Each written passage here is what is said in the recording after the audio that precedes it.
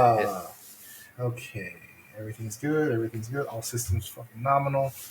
Yeah. Let's go. Uh, So, Helmsman laying a course. Uh, yeah. so yeah. By the way, I was telling you, freaking Neo Ransky. I know it's like it said he streamed it like 5 hours ago or whatever, but he did a short. It's like an EZSR. It's called the Stealth EZSR. Bro, that thing is sick, beautiful, all Dude. black. Like, dude, yeah. Dude, I'm telling you, man, like he is the reason I started custom building because I saw his shit and I was like, I want to be able to do that. Dude, it's just like, and the contrast between like the darker parts and then like the grays, and even the grays don't even look gray. They almost like they have this like bluish mecha gray hue. Yeah, man, yeah, stuff like that. I love that shit. Yeah, whew, boy. Chef's kiss, good. Yes.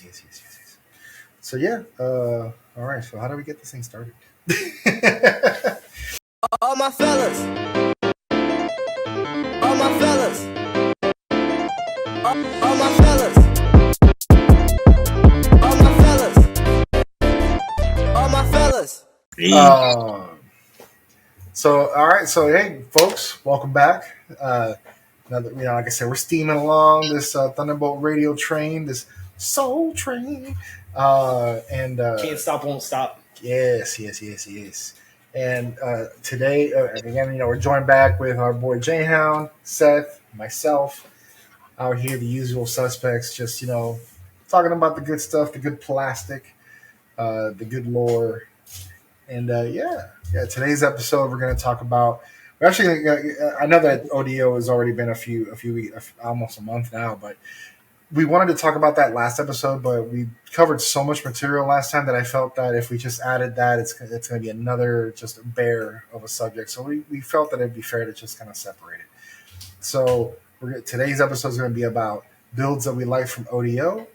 Also, we're going to talk about a separate subject when it comes to which Gundam stories from the manga deserves or should get an adaptation, or that we feel should get an adaptation. Nobody cares what we think. And then also which ones deserve a retry. But that's later. For now, let's go ahead and touch base with our hey guys. Any hauls, anything, any updates? What's up? So I'll Take it go away, first. Jay. Yeah, all right. Mine's short anyway. I only got like a 1 in 288 scale Gelgoog. It's supposed to mimic the original no grade, but it's small and doesn't require glue. It's like just a novelty item. Actually made in China. That's how I know it's different. And then I got my P Bandai shipment of a master grade Desert Nemo. It's one of my favorite grunts. And also got a SD Musha Gundam, but I left it at my mom's house, so I don't have it with me. But I'm excited to have it anyway. Yeah. That's it. Man, short, sweet, simple, to the point. Yep. So What you got, Seth? So I was gonna make a joke that Jayhound gets a Gelgoog, like Oh no, gas in Spanish. Surprise! No one Pretend knows. to be shocked. I was gonna make a joke about it, but then I realized what I'm about to talk to with my hauls is like I just keep buying third party stuff. Like I don't know when the last time I bought. You're on a third party like freaking train, dude. It's left the station. That bad boy ain't coming back. So for starters, I think I talked about it on the last episode, but it is here. I got the Debon Double X, and the box. Dude, that box art looks hot, dude. Dude, That's pretty sick. It's sick. I'm really excited about this. And then, oh gosh, I just ordered Friday the Thunder Inca Grace or the Thunder Grace, whatever it is, that third party that's like a Universal Century of Gundam Asmodeus. Yep. Yeah. Thunder Incise Grace. That Thunder Incise Grace. So I've been wanting it. I saw it. I bought it. It's on the way. And on top of that, I was scrolling Gundam Model Center as I do, and decided to pick up a high-grade Woundwort that is also third-party because AOZ April's coming up, and I need to get something. Bless you on that, man. I when it comes to third-party AOZ, man.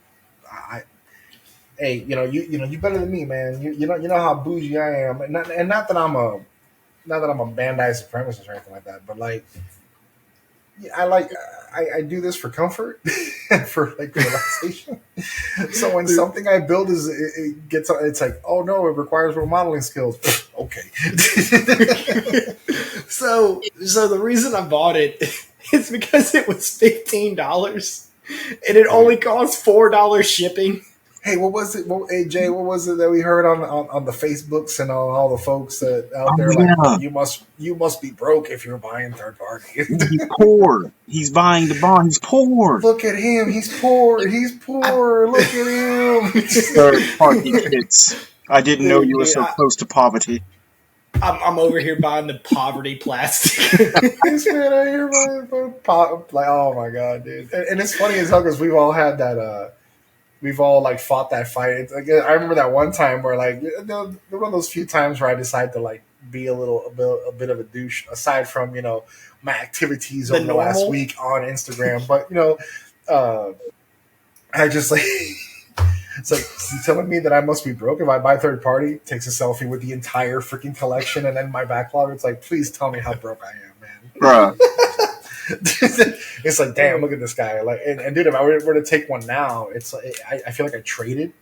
It's not as many PGs as it once was, but behind me, then you have the Dendrobium and the freaking HD Meteor set. So it's like big kids, baby. And then on top of all the Mega House stuff that I went on like this like crusade to get. I'm not gonna lie, those Mega House stuffs are so nice. Anyways, my bad.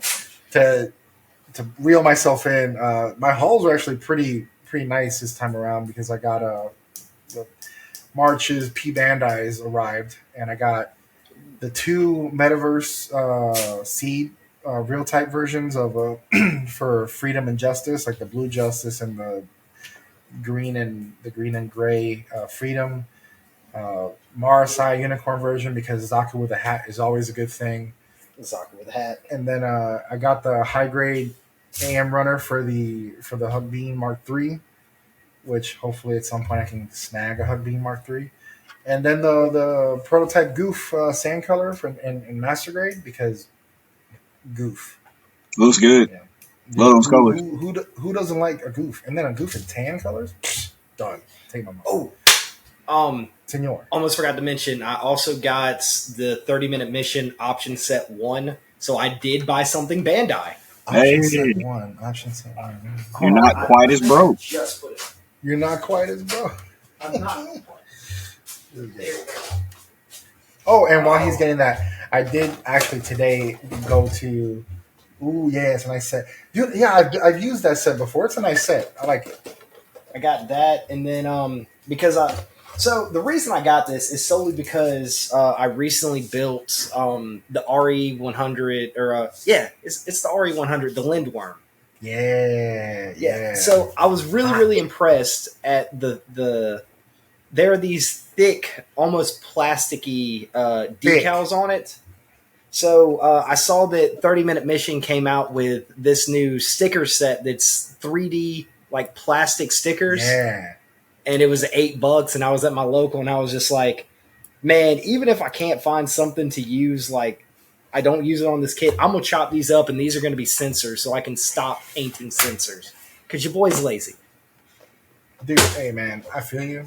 I'm not gonna begrudge you that at all. Those no, yeah, man. The Lindworm were the ones where actually no, it wasn't. Was it? Yeah, the Lindworm was the first time I saw those stickers. And then I saw them again on the MGEX Strike Freedom, which... they were also on the PGU, if I'm not mistaken. Yeah, I haven't built the PGU yet. It's up there in the backlog. I need to get it down. Didn't they start with the PGU? Yes. And then get the Lindworm? And yeah, the PGU was the first one to get it, and then shortly thereafter, I think the Lindworm, and then subsequently the MGEX. Aren't they also on like the 1/72nd scale Kenbu? Yes. They're on a lot of stuff. If y'all haven't had the joy of using these, no, it's 148th. It's 148th Kenbu. The 172nd is the high grade. Yeah. Yeah, they mess you full up. Mechanics. Full mechanics Kenbu. Yeah. But like, Numbers, letters, and numbers. yeah, man. Shoot, I told you I was dealing with all this grammar for the so like for those of you who don't know, here in the St. Louis area, we don't have a traditional GBWC style contest that they do in Oklahoma and Arkansas and in Kansas City. So um, I along with a few others, and we're working with our local shop to kind of help facilitate one for the local area. That's just my little plug for this thing. But I was writing out the promo flyer and everything, and I had the hardest time with the whole like, is it St. Louis apostrophe S when it comes to possessive form, or is it St. Louis apostrophe? Like which one? I actually had to reach out to a friend of mine who's an editor, and I like an actual like grammar editor. She edits a lot of articles in marketing, and I asked her, how do you write this? And she texted me back. She's like, I don't think you're gonna like what I'm about to say because you can write it either way. And I'm over here like, son of a. Yep. Like that's not what I wanted to hear. Make the choice. So yeah, so she's like apostrophe S is more popular and it's more acceptable, but technically either way is correct. And so I'm like, well shit. So I just kept an apostrophe S in that way. But she actually found a spelling mistake elsewhere in the document. So I'm like, thank you. It worked out anyways. But that aside, it's actually been a kind of rather hilarious couple of weeks. And yeah, so I'm actually really excited to get things rolling. I finally built the Master Grade Sanu for Kyle last night. Well, I finished it last night, and then I also finished the reverse clear. But anyways, speaking of builds, this is a really not at all forceful segue. We're gonna because I know we're gonna like live in this subject for a while, and I'm really excited to discuss this stuff because. So ODO, the Old Dominion IPMS, Old Dominion Open, that's hosted by IPMS in the Virginia area, is regarded as one of the larger Gunpla contests on the East Coast. And it's either that one, and then the one that's out west is like SGMCP or SGGMC or something like that. So it's one of those two are like the big ones, aside from obviously all the other IPMSs. But when it comes to Gunpla builders, those two are regarded as the two main ones. So, just to kind of derail it for just a second. What are you gonna do? But what? I ain't going off the track. No. So it's actually really funny. The day before, so they ODO was on a Saturday. I got off that Friday evening and I looked at how far it would be, and it's only like a 5 or 6 hour drive for me. And I was like, if I leave right now, I could get there at midnight or like 11 o'clock, and I could just sleep in my car. It's like sleep in the truck, and I can make it to the. Luckily, my common sense, my better judgment took over, and I just sat at home and decided that I'll go next year. But I literally told my wife, and she was like, "Dude, you really want to go? Go." If you go next year, I'm legitimately planning on trying to make it next year. I'm planning on going. Like I want to 100%, even if I have to take like a half day off work. Oh no, man! Yeah, I'm using PTO. Like, yeah, there's no way in hell I'm gonna like. I really PTO's even just to put something on the table to say that I did it. Yeah, exactly. Just put something on there. Yay! So in the time that you derailed it, I was able to look it up. It's called SGGMC. That's the one on the West Coast, Southern California Gundam Model Competition. So yeah, so it's ODO and SGGMC. So. ODO having been not too long ago, it's like, hey, let's take a look and see what our picks or what we, the kind of what fits our aesthetic, the ones we like. Now, granted, we've had a little bit of trouble finding media for SGMC. It's these. I mean, for ODO, it's not like these are. For some reason, it's been a little bit difficult. Sorry that I'm rambling, but thankfully. Gunpla_boy on Instagram was able to, took a lot of pictures and we were able to at least get a nice sample of some of the works that we out there. We each picked 3 that just fit, our taste. Again, this is not we're not placing them in. It's just like, hey, we really like this. So we're gonna go ahead and I'm gonna pull up the screen and we're gonna let old Seth take it away. So really quick before that, here's the page, Gunpla Boy. Again, thank you very much for posting these, and also for the tireless effort, the effort that you made to try and get the creators tagged as much as you could. That's awesome of you, killing it, man. Just keep it up. But Seth, here without further ado, your one of your three picks. Oh, cool. So we are starting it off with that is the Jesta, and that's by JPLO, JOOP Pla. And I really, really like this thing. I already like the design of the Jesta to begin with, but it really comes to life with that very deserty kind of like militaristic grunt look with the colors on it.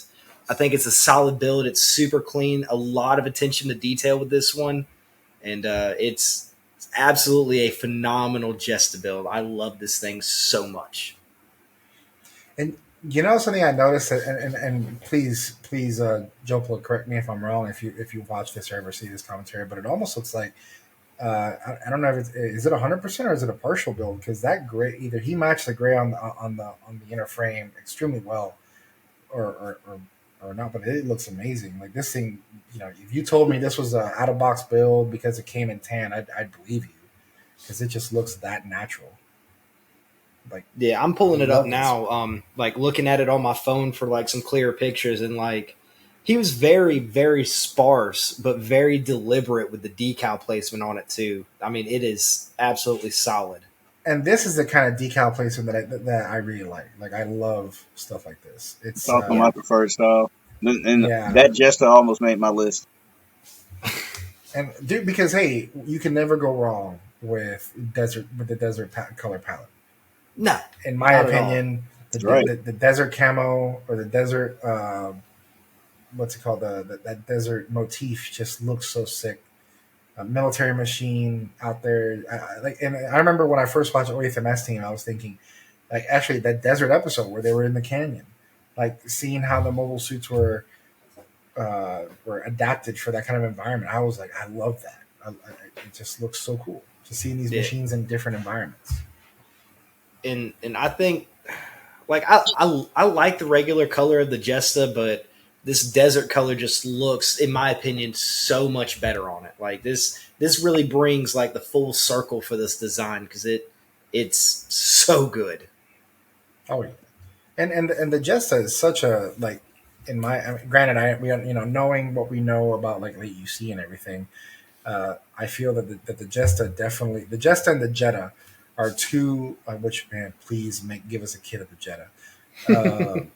But they are. I feel they are like the peak of the gym design, like the gym aesthetic. Like this is the peak specialty grunt suit. This is the pinnacle. That I don't know how many times I can say peak, but it is like where Peak. the design ends, right? Where it's at its best.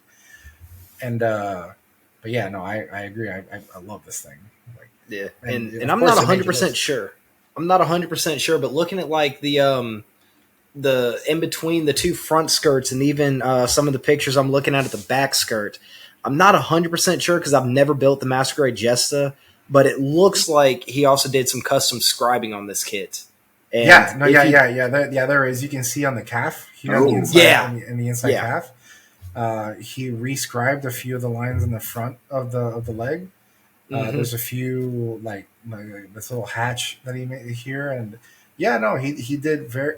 The detail he added was sparse enough, but just tasteful enough that I think that, honestly, like, this is something that's very pleasing to the eye, and this is not to take away from anybody that for anyone that does no, a lot of scribing and whatnot, but there's, everybody, you have your taste, it's this is a good solid kit. That's good, and a great kit to use as your canvas too.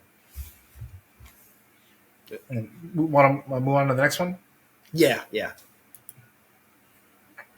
Ah, the entry from the Undergated podcast. Now, this The one, undergated, never underrated boys. undergated, never underrated, and this is absolutely not an underrated build right here. This is phenomenal. It is a team submission, and all of these kits are crazy. I really want to talk about. I've never built the Gym Spartan, so I don't want to talk too much about it. Jan, I know you have, My but boy, that I go have ahead. two. I have two unbuilt in the backlog. If you want one of them, just let me know, man. I can. I can hook you up. I know there's 2 kits in the backlog that I know that you can take from me. So I'm just throwing that out there, man. But anyways, yes. No, go ahead. We'll talk go off ahead the with air yours. about that. We're Yes, gonna yes, make of some course. deals. But I can't speak too much to it. I can say that the paint job on that Gem Spartan is phenomenal. It's super, super clean. The decal placement's clean. A good choice of decals all around. The gem in the back, I'm not 100% sure what that gem frame is based off of. It kind of looks like maybe one of the Origin gems or maybe like the new Missile Pod gem. I think that's a Gym But Guard custom. Yeah, Because yeah, looking that's at the way the visor does and like the way yeah. yeah, the armor is separated, it looks like a Gym Guard custom. it might be. Again, I've never built that one either, but that thing looks so good. It looks like they did some custom scribing on this as well. The color separation is phenomenal, and the color palette overall is really, really good. But that Gundam in the front, if you know me, you know I like blue. Blue is my favorite color. And this thing looks so good. And I don't know if y'all noticed, it looks like it has the knees off the GPO2. Not the O2, The the one. Zephyranthes. Yeah. Oh. So I want to say, if I recall right, man, I'm gonna have to actually give me a second. I'm gonna take a look at my because I have the Origin Gundam. Well, I mean, I have a whole Gramps tiered display over here. I'm trying to look, but no, yeah, I want to say that the knees are, I think they're off the Origin because the Origin has that little. Now I could be wrong, and please correct me, but I'm too lazy to get up and go look. But but no, dude, the Spartan to me is a work of art. I think the Gym Spartan is amongst one of the best, if not the best, gym high grade out there. The thing is beautifully detailed. It uses a lot of aesthetics from the Gym Sniper. It has, instead of having a buckler, it has a really nice small shoulder shield. And anybody that knows, it has a very, obviously the Gym Spartan was made before Master Chief was ever created, but it has that aesthetic, that really cool ground level grunt aesthetic, which again, I heart grunts. That's the woo for grunts. But the multiple beam saber locations, the fact that it has a blade, like an actual knife, very jungle special operations look, and there's 2 color palettes that I love to death. It's the desert aesthetic and the jungle aesthetic, and they're both amazing. The kit is another great platform to build on. On the high grade, it's a shame that it's a P Bandai, so it's hard to get, but it is a beautiful kit. And I believe I want to say for sure that was, oh my gosh, what's his name? That was Austin from Undergated that built the Spartan. Beautiful work, Austin. Yeah, And I love the kit, dude. Like, I can't wait to paint one. I built one already. I'm actually going to submit it in our out of box in a different contest. But dude, great work, great work. that Gem Spartan is the Rambo of freaking gyms. Yes, True. But no, Yes. no, yeah. But no, all 3 of these are absolutely phenomenal builds, and every one of them has something special about them. But I really like this Gundam in the front. I love what they did with that shield and the pinstriping. Like, you can just barely see that pinstriping in it. Man, that is good. And hey, they did the thing. They put the shield with the visor facing down. So already off the bat, I'm like, Yes, as it should be. downward facing shield, gang, gang, baby. Hey, the only reason I have feelings about that. See, I kept pushing it because I knew Jay Howe was going to say something because I know he doesn't like the shield facing down. the only reason my custom built full armor Gundam has its shield with the visor at the top is because I added a missile pod to the bottom of the shield. Oh yeah, that makes sense. Yeah, got to be able to see. But yes, all 3 of these builds, this is a phenomenal entry and 3 amazing builds sitting together. What were you going to say, Jay? Oh, me? Oh, it's just like when the shield has a peephole type thing, it's like, well, it makes sense for it to be turned the correct way. That's all. But like, no, I really like all 3 of these builds as well. When I first saw it, I was like, oh man, like, yeah, they all brought some heat. I'm actually impressed. Yeah. Yeah, dude, and this is kind of one of those things where I feel that this is where a group build well, I'd be totally down to like bring a submission like this to a contest. Which hint hint by the way, group build coming up in the summer, so just that's the little red herring. Um, but no, this is amazing work, especially with seeing the claw plate work on the base. And by the way, another color palette that's beginning to pique my interest is the use of orange. I don't know why it's beginning to just kind of like I like the look of it. This like hazard almost not even experimental prototype, just it's a loud color and this and the way that I want to say that's either Coops or CD as well by process of elimination, but either one, whoever did whichever one of the two did the build, I love the use of orange. I think it's a tasteful use and how it contrasts with the dark gray. Amazing work. Like the whole group build is really cool. The fact that they have two gyms and a Gundam, like it kind of makes it look very much like a team. Great execution overall. And moving on to your third one, bro. Let's go. Yeah, Runtacular. Okay, so I don't know where to start with this one. This thing is so wild. So I can tell that it's got the Gem Sniper 2 arms and shield, but other than that, this is a full custom build to the point I can't tell what it's based on anymore.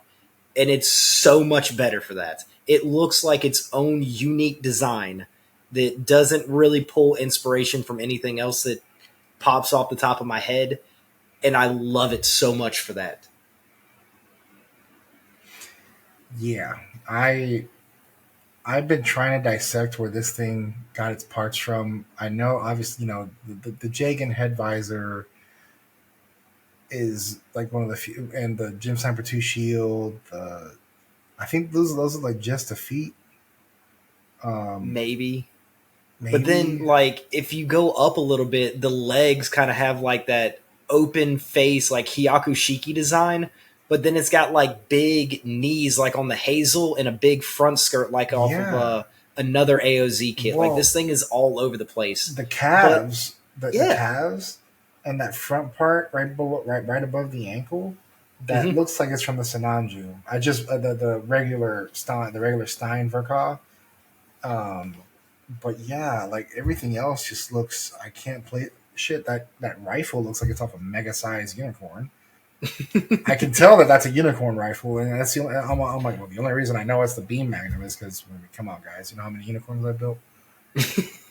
But aside from that, it's crazy when I can't pinpoint the source of a kit, which is amazing. It's the testament that makes it better. This is truly a unique design, and I wish, if anybody knows, I think it was Nato builder. Is it Nato over Rice? Because let me see here, because I don't know if it's tagged. Because I know Gumbo Boy had a was looking trying to. I'm sorry that I'm like navigating away, but I just trying to. No, you're good. Yeah, because I couldn't see whose submission this was, and like I would love to give them the credit that they deserve for such a unique build, and I couldn't find out whose it is. And if we can't find it here in the next couple minutes, anybody that knows whose build this is, please drop it down in the comments so we can shout them out and make sure we give them the credit that they're due. Even if it's not in this episode, we can bring it back next episode. Oh yeah, of course, yeah. I'm just going off of like, who made the comment, but like, I really don't know. It's hard. It's hard to really kind of pinpoint in some cases, but no, yeah, like. Please, if you watch this episode and you know who did it, just shoot it in the comments, and because we would love to give credit where credit is due. These are all amazing works, and it's obviously it's beyond fair. You know what I mean? Mm-hmm. You got anything for this, Jay? Me, I'm just like impressed. Like not being able to tell where all these parts come from, but how much I know about Gundam. It's like I can see some of them, but not all of them. Like like the AOZ. Like Hazel knees, like you said, and the Jagan type head. But I'd say that shield could be like, Gem Sniper 2, Gem Command, something like that. But that's really all I got. I couldn't really break it down. So it was like, hey man, this looks like a experimental prototype type suit that you would see like, in the actual Universal Century. I'm impressed by that. And you know what's something that the more and more I stare at it, I kind of get this. This is going to be a wild opinion, but you know, like not the mechanical design, but the level of mechanical detail that you see in like Zone of the Enders. Like, I get a bit of that vibe from some of the joints and some of the pieces, like the shoulders and some of the color choices. Like, it kind of feels like something like that. Like, I don't know. It doesn't. It screams sci-fi mecha, but it kind of departed from Gundam. But you know what? It's beautiful. I'm just kind of. I guess I've stared at this build multiple times. I'm like, this is the fact that I can't place where a lot of these things come from is like, it bugs the shit out of me.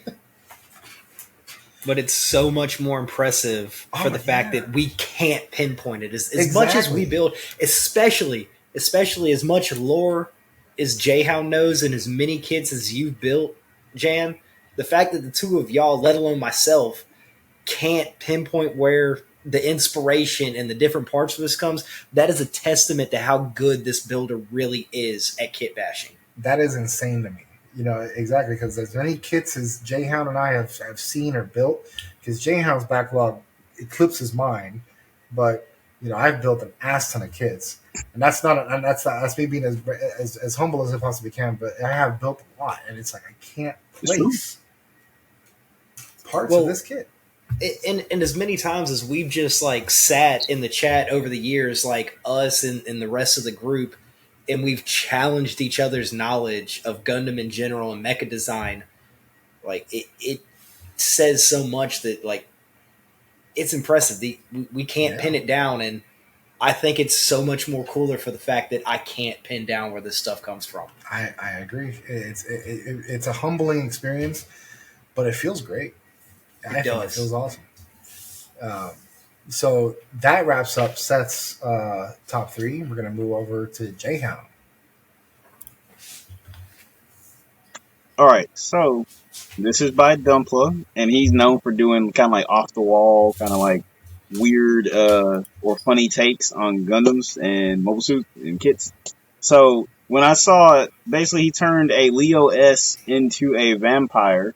I like gothic literature and stuff, and I've actually read Dracula, so I was like, oh, bro, this is right up my alley. I like this. Like, I can only tell it was a Leo S because of the cape and like basically I'm used to that frame.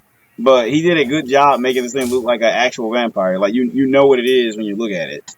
And I think it's funny. I think it's creative, and I was impressed by it. It cracks me up because all I can think of is the count. Oh gosh, if he would have done it with like purple hands instead of light blue, I would have been like, bro, this is the count, 10 out of 10. Like, I submitted 4 kits. 1, 2, 3, 4. I'm sorry, I had to do it. Nah, you're good. Because I was thinking about that. There's like a meme. It's like, babe, do you know any fictional vampires? Yeah, the Count. I don't think he he doesn't count. He's like, I assure you, he does. Count Chocula. True. This man out here with the mega dad joke just like threw it on there. Just threw it out there. Just like, here you go. It's like, what are your qualifications? Throws in the card. Oh god. No, dude, I love Dumpla's work. I love every time that Dumpla drops another build. I know that I'm gonna chuckle, and I know it's gonna be hilarious. Yep. Out of there was many I'd say influencers in the scene and the hobby and whatnot, and I think honestly Dumpla really has like the heart, like has his finger on the pulse when it comes to kind of overall morale, because rest assured, he builds something, you're gonna laugh. Like that freaking back to school ground Gundam, she was hilarious. And like he opens the backpack and it has like, he uses the rifle and he made a pencil out of it. Like, and then the shield is a calculator. The backpack's a Jansport. Dude, I was like, dude, whatever, man. That's hilarious. I'm glad you brought that up because that is the build that I discovered Dumpla on, and I have been following him. Like it was the post when he dropped the shield calculator, dude, and I was just like, what is this? I was just like, what the What are you I was doing? like, this man is a genius. This man is a genius. And like when it comes to the whole, yeah, man, I really, I'm just like, dude, why are you doing this? But but the guy brings, I mean, he's brought me smiles because it's just like, this guy's just out here doing the thing, man, and he's enjoying it and he's having fun with it, and he's making everybody laugh and smile.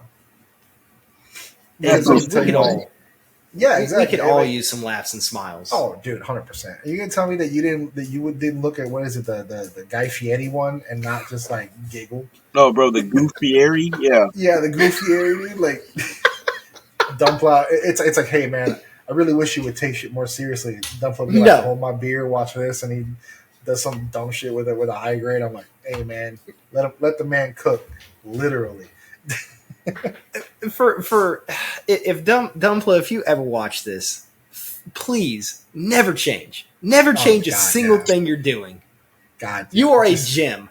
Dude, keep it up, man. Just like, dude, turn it up a notch. I don't know, man. I don't know how crazy wacky you can get, man, but just keep it up, dude. Yeah, keep I going. love that. You say Gunpla is freedom, man. Oh man, the Meijin intensifies. Oh, The Spanish. flamenco guitar. The flamenco Spanish guitar is- times 3. There it goes. Yeah. Ooh boy. All right. On to the next one. All right. Another one. So this one, I'm like, hey, I am a Gundam Age appreciator, I would say. Also an encourager. I want more people to watch it. So I saw this. I'm like, oh, bro, somebody's giving Gundam Age, especially my favorite one, the Age 1, attention in the contest. This was great. It kind of looks like they had a Epion Age kind of idea, because it looks kind of like draconic in some parts, but that appeals to me. It looks kind of aggressive with like the two tones of red and the black, and of course, like, the green beam saber makes me think about the Epion, which is another great design. So it's almost like two really good Gundam designs put together. And once again, it's Gundam Age, which doesn't get a lot of appreciation, at least to my knowledge. So I am all for this. I don't know who built it, but just know that I appreciate you, and this looks good. Man, I want to say those are the Spallo legs. Yeah, I mean, well, like, okay, so it's Age 1 Spallo, I think. Yeah, that looks right. Yeah. No, that's great. Like, Yeah, so it's because like, and even harder to find kit, too. So I'm like, hey, yeah, customize it. Looks good. dude. And when you sent me, so just a little insider baseball for y'all. Basically, I had them send me which ones, and I just staged them basically that way. It makes things go smoother. When Jaehan sent this one to me and I pulled it up, at first glance I thought it was the master grade just because of some of the detail and whatnot. And then, like, obviously upon closer inspection, I'm like, oh man, this is a high grade. It looks amazing. Which the Spallo in either grade is hard to find. Yeah. There's no easy way for that one. Like they're both a challenge to acquire. I've actually been racking over my brain whether or not I would want to do or want to find a Spallo in master grade, and I just keep like, do I? Dude, Age kits they're great. Dude, so Seth, you got anything? yeah, so like the more I look at it, I had to like Google what the Age 1 Spallo looked like, and in the process I definitely missed something Jay said. So this is a full-blown Spallo custom build because it's got the Spallo shoulders too. Nice. Yeah, okay. Confirmed. Yeah. So I'm looking at it, and the beam saber, I actually think that's the Spallo short dagger with a custom made part to make the sword longer. Because it looks like the same hilt as the blade that it carries on its lower back. I could be wrong. I was gonna think that it was oh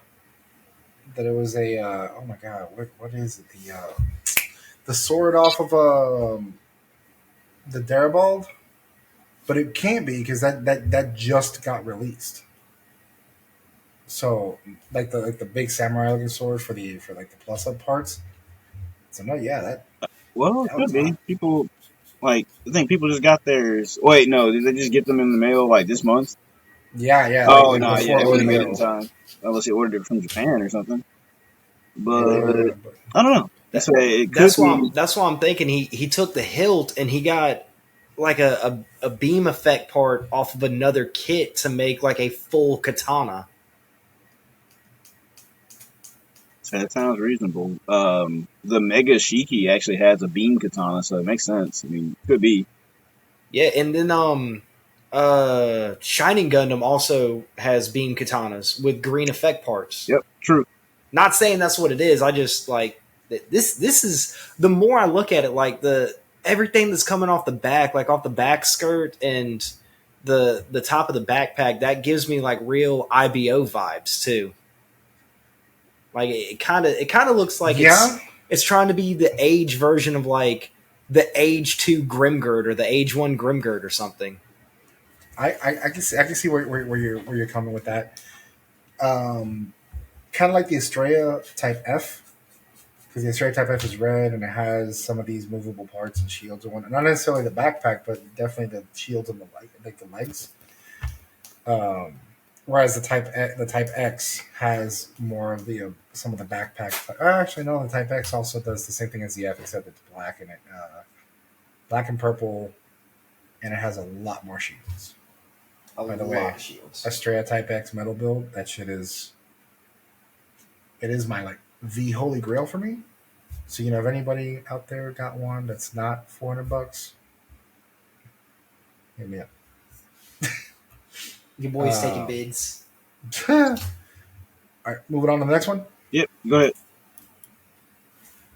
All right, so You stole this from me. I was just about to say that. So recently, I just built the Debon full armor Gundam Mark II, and it made me have more of an appreciation for that particular suit. So when I saw this, and I saw like, bro, this looks amazing. It's kind of like in traditional Gundam colors instead of like the darker palette, from the original Gundam Mark II, and like you can see the like shading and weathering, just like the color choice. It looks really good to me. Like I don't really have a lot to say other than just like, look how good this thing looks. Like it's kind of making me appreciate the Gundam Mark II. Like, and it's not like I don't like it. It's just like, hey man, did you know the Gundam Mark II is actually pretty cool? I'm like, oh, okay, yeah. Like I'm listening. This man out here going by door to door like a like a Jehovah's Witness. Do you know? Like, have you heard the word of the Mark II? can we introduce the Gundam Mark II? Hey man, there's a reason why the Gundam Mark II was my logo for a hot minute, and I'm not gonna lie, man. I used to not like the Mark II when I watched Zeta Gundam. I was like, "What is this thing?" And then there's just something about the Mark II, man. It has this almost, I don't want to call it mass production, but it almost like a more what's the word? A homologated look, like something that can be produced and Streamlined, homogenous. Yeah, it's much. It's almost like, hey, here's a better version of the Gundam, even though it doesn't use Gundarium, but it just looks like an actual upgrade. Well, Because we all know that the JPLO project got like deleted, Yep. for reasons. Well, the Mark II was meant to be mass produced. There was like 4 of them to start with. Yeah, there was like there were 3. And the 4th one in the shot is Jim Quell, if I remember. I the shot right. I think you're right. But yeah, dude, it's a great suit. In Titan's colors, it looks better in my opinion. But yeah, no. But this work is amazing. Like the shading here, I love the use of muted colors where like they're not like these royal blues, these scarlet reds. It's just this crimson, dark gray, kind of like a warm dark blue, and then this like, yeah, it's just, I love this thing. This thing looks like it's been in a warehouse. You know what I mean? It's beautiful stuff. God, I love the Mark II.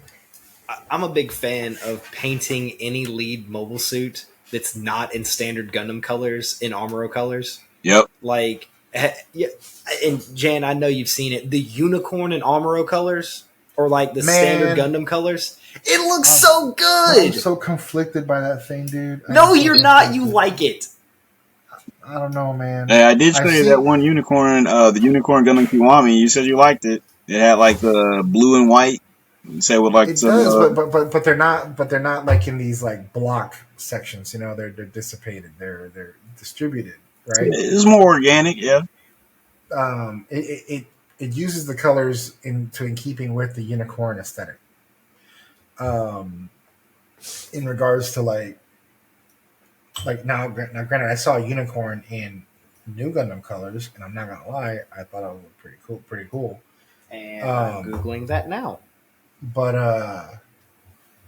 man, I saw it a while ago too. But no, dude, yeah, this and I just noticed that the V fin is like a darker color Yep. than it's not white. It's like almost like a gray. Yeah, this is good stuff, man. I dig it. So let's now. Oh, that looks. Oh man, that looks good. Told you. Yep. Mm. All right. So my picks. So I feel that sometimes Gun Tank doesn't get much love. I'm gonna tell you this right now. This Gun Tank by Hosin. I want to say this is Hosin House.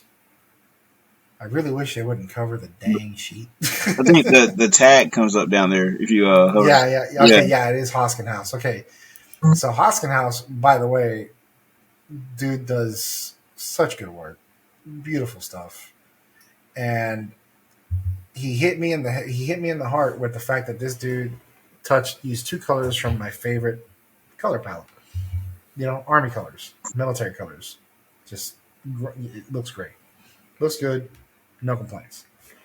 Uh, sparse use of decals so it doesn't look like it's a race car. I know some folks like the race car aesthetic, but when it comes to a military machine, good. It's good. Oh yeah, overall, I yeah, beautiful Someone stuff. I tell love Lotus. the someone's the metallic use on the treads.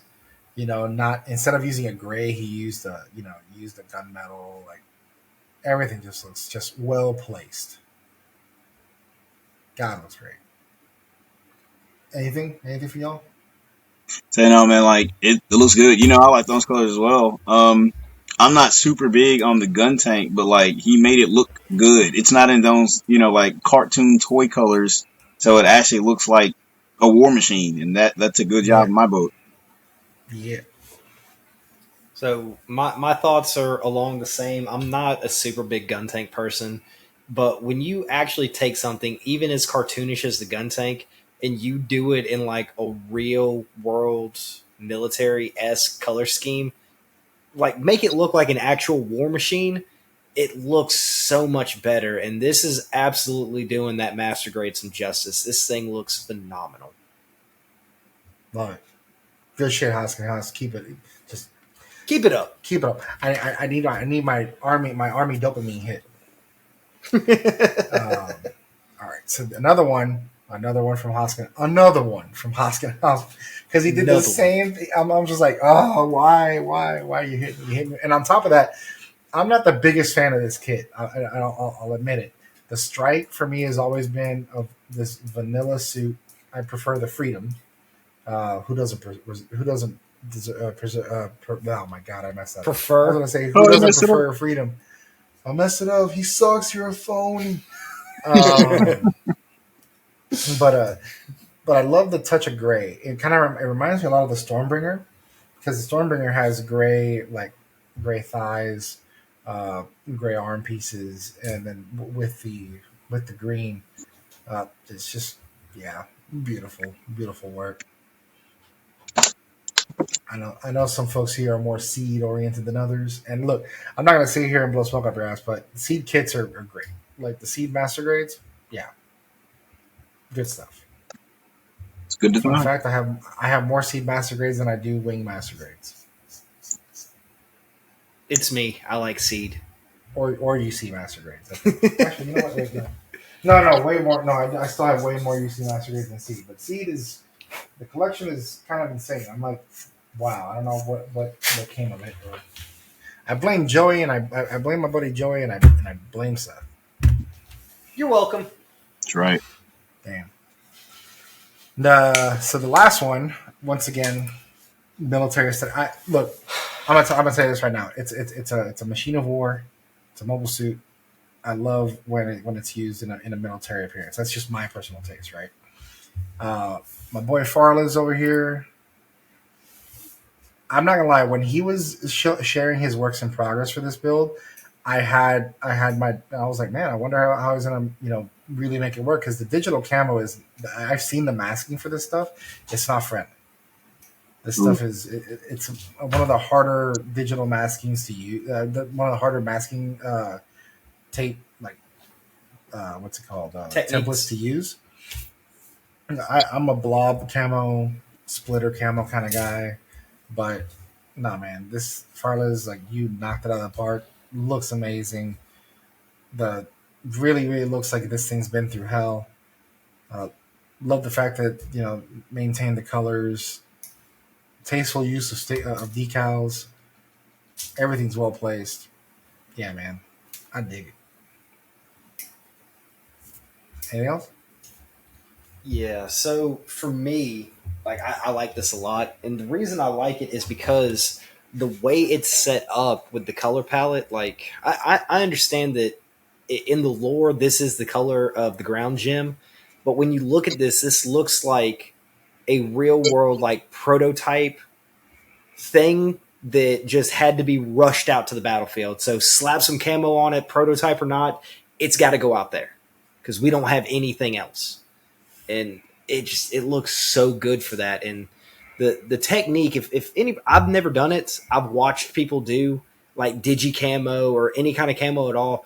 It is, in my opinion, a more difficult painting style to do, and it's a more difficult technique to pull off. And how well it's pulled off here really goes to show the skill of this builder. And dude, I'll tell you, man, I've done camo a couple times, and it's nerve-wracking to say the least. Especially because you want to make sure that when you're doing the layers, that you're not throwing out too much paint to where it like creates these edges where the tape was. Yeah, man, yeah. But and a little honorable mention from me.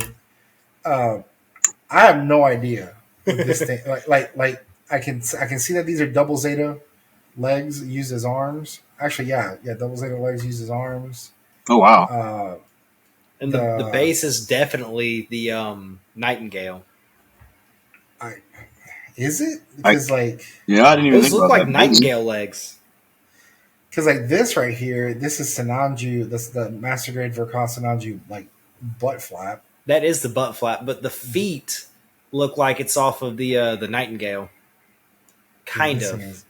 This thing is like these are those hands are from the Psycho Gundam or the Zeong, the real grade. Yeah, no, man, this thing is insane. I don't know who built this, but where are those propellant tanks from?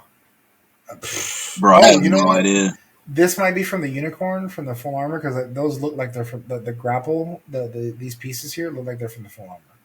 Well, he did some, or they definitely did some modifications and cut those things up and added some claw plate or some plastic or something to give it that like sectioned look. This is insane, dude. These are butt flaps right here on the chest. Those are flaps. Those are Zeta butt flaps. These right here are flaps from the front of the Sananju. These are from the back of the Sananju. Like this. Who did this? What is this? Dude, this right here looks like the backpack from the Double Zeta. Bro, like I think it is. The way they're using body parts to go in places you wouldn't expect is very creative. Like I don't know what to say. It's just like this. It looks like something completely new. But it's like you can tell there's parts used from other kits, but there is no UC design that looks like what this is like at the completed some of its parts. Yeah. Having said that, this also very much looks like a mobile armor that would be sent out in the UC timeline. Yes. Oh yeah. Like think about oh gosh, Quest's mobile armor from Char's counterattack. What's Why'd you that gotta thing called? mention her name, The man? Alpha Aziri. The Alpha Zero, whatever that thing Why is. Why you mentioning Quest's name, dude? I'm sorry that I triggered you. Fucking But Quest. I know you do, but like this kind of looks like a blend of that thing and the mobile armor that Gato piloted from Stardust Memory. Oh, the Noid Zeal? Yeah, it kind of looks like the See that? Alpha whatever and the Noisiel combined. Fusion Ha. It's like, but He's got Nah, beef man, with like- that 15-year-old. I mean, if you don't what was have it? beef What with that, was it? It's like pulling a freaking Slade Wilson. You saved me. I'm not through. I'm not yet. finished with you yet. It's like, damn, man, you got beef with teenagers. Like, fucking pulls him up. This man out here throwing hands at everybody. No, but yeah, like looking at things like this, I'm just like, what possessed you to like even like, yeah, it's It's like, what is I had to throw it in there because the only other one that I was just like, oh my god, aside from that, and it was let me see where it is. Oh my god, where are you? Where are you? Where are you? Where are you? Getting some representation for other people. Yeah. Where are you? Oh my god, don't do that. And I'm so sorry. Damn Yes. it. Oh, this one. Oh yeah. It was The Jim. it wasn't Whoever a did the baseball. Jim. Dude, hey man, I built my first Jim like a few months ago, and I'm like, I need like 10 of these kits. Reprint. So Like I I'm need 10 of glad these you kits brought as this a up. base. I'm glad you brought this up because if I had a conflict with somebody else picking one of the three that I picked, this was my default and this is my honorable mention. I love this build so much. It's good. It's just It's solid. good. It's a good, solid, just yeah. Good looking grunt suit. I need more Jims. And the Jim comes with 3 different heads too. So like I actually planned on doing like a Halo, like an ODST themed build for one of the Jim Spartans and then like something else for another one. And I was gonna use the other Jim head because it looked like an ODST head. And I'm like, man, that'd be pretty sweet. And then save the Jim Spartan head for something else. But no, yeah, this thing is great. Like again, desert theme. Yeah, it's gonna. I'm gonna be like, yay! They're gonna be like, man, couple stops. Just like, got a bias for desert colored mobile suits. Yes. I'm not even gonna lie. Mm-hmm. Hey, you can't help that it's good. You like what you like, man. You like what you like. So that basically closes out. And we spent a lot more time than I thought. But hey, we're just passionate discussion. Good builds. We love some of these stuff. They're great builds. And simply the best builds, greatest builds. I've talked a lot of these other builds. Everybody likes them. There were good builds on both sides. Good builds on both sides. So, but in all honesty, I know we're about to get off to the next segment. In all honesty, first off, congratulations to everybody that made it to ODO. Congratulations to everybody that got their kits on the table. Congratulations to everybody that won. Thank you all so much for participating and letting us have the opportunity to talk about your builds. They were all fantastic, and you all deserve a round of applause for everything that you brought to the table. Good job, everybody. Wait, hold on. Let me see if I can place it. Oh shit! Wait, hold on. Oh, There we that's go. the one. That's the one. And the last one. Hold on. By the way, I actually recently commissioned some art to redo my not my logo but like my character or whatever, and I used a lot of Aoi Toto inspiration. So you'll see the reference soon enough. I love them. Thank you, Lotus. Great artwork. If you guys ever need an art commission, definitely hit her up. She's on Twitter, and she's amazing. Great. What's that ad on Twitter? Shoot, what is her ad on Twitter? Man, Just to make sure she gets the I'll put it in the description below. I'll put it in the description below on both Spotify and YouTube. But yeah, she's amazing to work with, and she's super super personable. Wonderful individual. Exactly, Very just nice. overall great person. Um, Hi, Lotus. All my homies like Lotus. and she likes high gogs for some reason. I don't know why. Because she has good taste. High dogs are cool. Hey man, anyways, so again, once again, just another not at all subtle and smooth segue. So this one we're gonna have some passionate discussions. I know, I'm pretty sure. So this might be one of the longer episodes we have, but hey, it is what it is. Buckle up. Buckle up. It's gonna be a long one. So I proposed if you were to green light, if you were to sign a check for either a completely new Gundam show based on an existing manga that's already out there, which one would you pick? And then if you were given the additional authority to sign another check, which one would you do a redo? Which one deserves another go through, another go around? Now it could be, and then when you give your choice, also what format would it be? A short, 7 to 13 episode OVA? Would it be a full run, like we're talking 2 episode seasons or 120 or 2 episode seasons, whatever? Or would it be just a movie? State your case, etc. Whoever wants to go first. I guess I'll go first. I was waiting for you. I'm just used to you going first. Oh man. So something. Oh gosh, how are we starting it out again? Something that I would like. And bro, to... you've been eating good, dude. Seed keeps getting content, so I really don't want to hear none of that. So Seed. Here's the deal. Actually, Seed. When I was thinking about how I wanted this to go, Seed never popped up on my list. Thank God. Interesting. So actually, and I'm really scared that I'm going to take this away from somebody else. Jayhound, if this is your pick, I'm eternally sorry. We did not talk about this ahead of schedule. I have multiples. Go ahead. I want to, because we talked about it in the last episode, and it really got my gears going. I want to see F91 get a redo as a full 2-season, 25 episode per season series.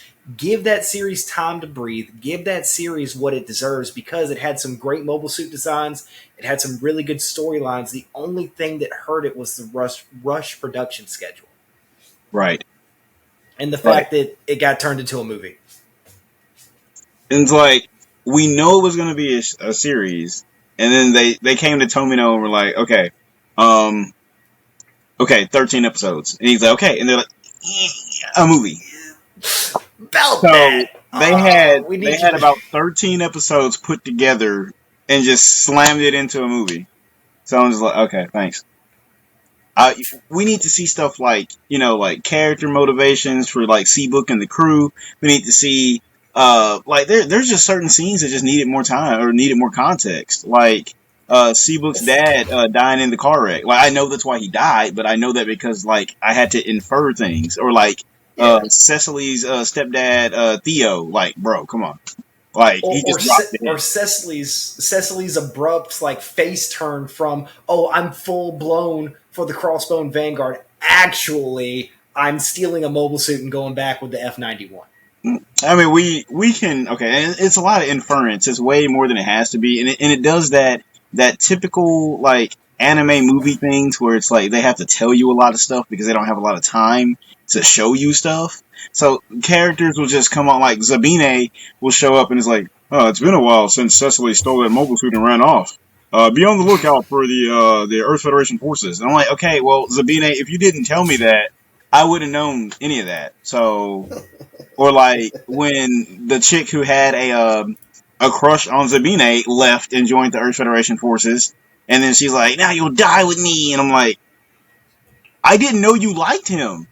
Like, the only thing you know from that is, I want to say her name is like Annalise. Like, so she didn't like Cecily because Zabine, the leader of like the Black Squadron, had to train Cecily himself because her real name, Bara Rona, she's the heir to the Crossbone Vanguard. So it's like, yeah, they made their best soldier train the heir personally, but his subordinate Annalise, who had a crush on him, got jealous. And I'm like, I had to look that up. I didn't know all of that. I would like time to get to know all of that.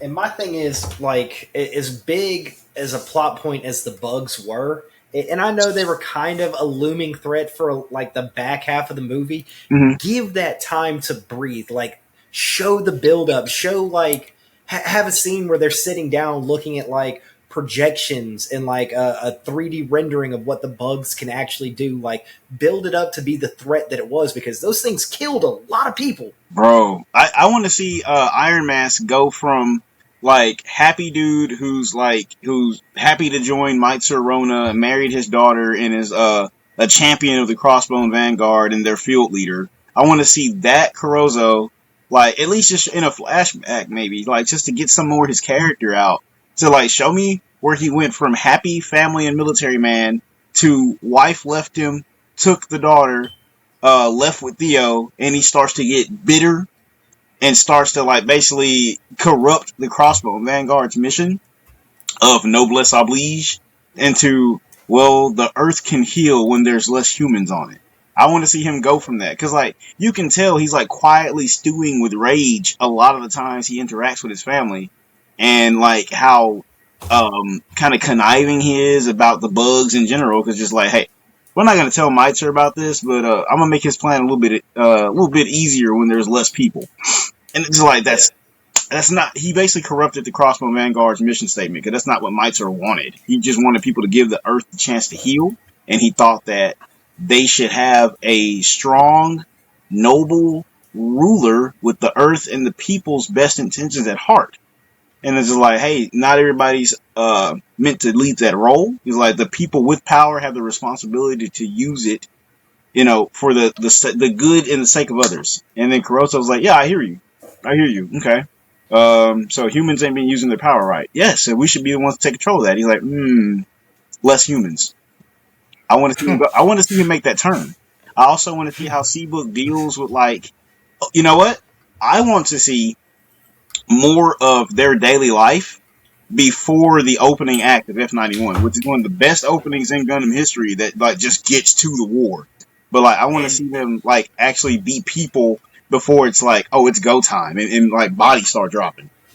And that right there is my point. If there is not enough F91 material to do a full 50 episodes, throw a little F90 in there for a prelude, and then run it into F91 and just call it Gundam Formula.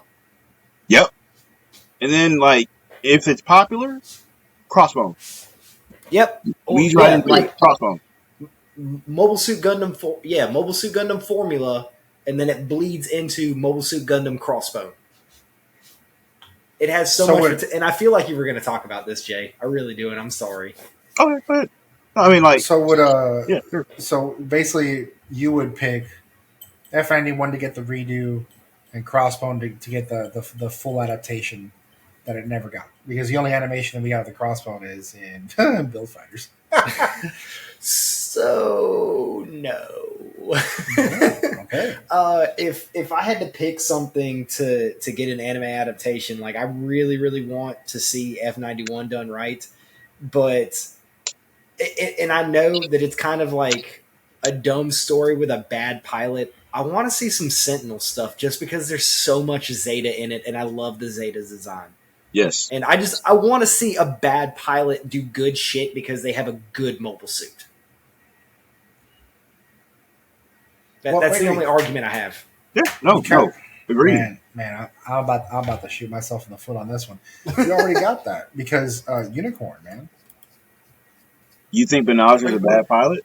No, he's talking about Riddy with the Delta Gundam, Delta Plus. I don't think Riddy's a bad pilot. Is that what you were referring to? Pilot. No. Well, Benaj had no piloting. Like, all he had was the little. I see what you're saying. And he jumps in and, goes that, takes on full frontal, worst name ever.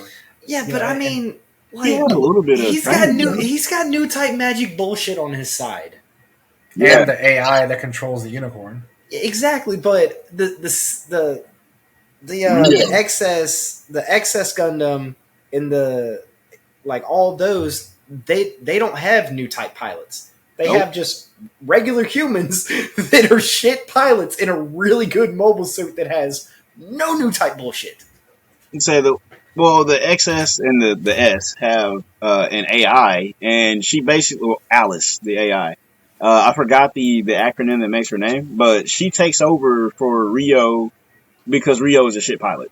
Like straight up, Rio is like he would be on the bench if it was a basketball game.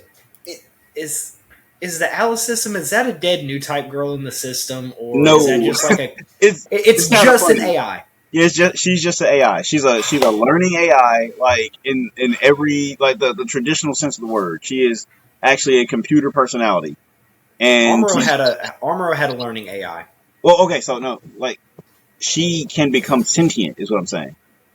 Like it's not just like a computer that can like put together like battle data and correct your course or like give you piloting assistance. She can do all of that, but she's actually learning like a person in a mainframe.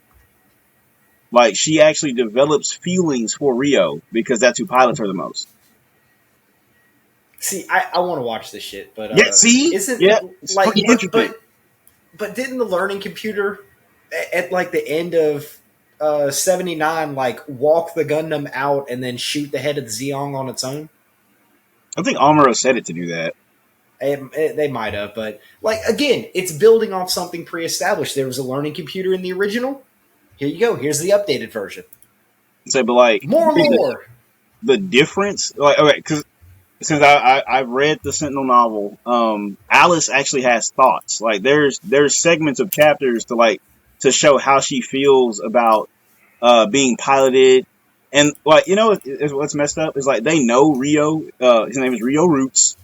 They know he is a shitty pilot. He's got like barely passing scores, but they put him in the S Gundam anyway because his mom made it and his mom developed the AI, and she died before they could select a good pilot. So they were like, hey, let's test this. Let's see how far this AI can go. Let's put her creator's son in there and see what happens. And that like their intention was to have Alice learn things like a regular girl and see how far they could make that AI go to use their military weapons to see if they could like incorporate her into other things to make Federation life easier and make their weapons better. Because once the AI develops like a real person, then they can just put her in different suits and they can have unmanned suits that can perform to like their full potential with no worry about killing the pilot through G-forces. Once my mobile dolls are finished. Oh my god. Jesus Christ. It's not Am the I same, wrong, but it's though? close enough. It'll be me and my mobile dolls. But yeah, man, like I agree with you. Like it's not my pick. It's just I happen to know about it, and I'm like, yeah, endorse this. Back him up. So those are my picks. I want to see Gundam Formula, so F90 if need be, but F91 redone, and I want to see Sentinel because like I like the more realistic like 08 the Mess Team and Stardust Memory, the stuff that doesn't revolve around a new type pilot. Yes, I find that better than like Gundam Unicorn is beautiful and it's got a pretty decent story to it, but sometimes the new type bullshit is just too much. Like you made a bunch of mobile suits go back in time to before their reactors were built. Like what? No. Hey man, Anyways. just we have no proof that they actually went back in time. Maybe they just hallucinated all that shit. The opposite. Maybe the panoramic cockpit is just a badass 360 screen. Hey. Here's the opposite to that. I don't know how far back they reference this, but since Unicorn does make a lot of references to the shows that preceded it, at one point Lala actually says that maybe new types could eventually control or manipulate time, like with how powerful new types can become. Lala makes that statement, so it's kind of like, is that coming to fruition? Did they do that on purpose? Because there's a lot of disparate plot points that they take from throughout the UC, and they bring that shit back up in Unicorn. So possibly. But I understand, like you start having like space wizards and stuff in your Gundam and your robot, so it might start to Space get a bit Wizard. much when he can do a karate chop and like disassemble people. Nah, man, it's announced you had it coming. No, I mean that's fair, but it's still wild. But all right, so we got your picks. Yes. What you got? What you got, Jay Hound? All right, so you actually did not take my pick, Seth. I was actually going to Yay! say, for let's say for a redo, let's see, for a redo, we could use a bit more on Char's counterattack because, like, it's supposed to be Okay. the end of the Amuro and Char beef in the end of their arc, but We're it's getting the like manga. you're reading the manga.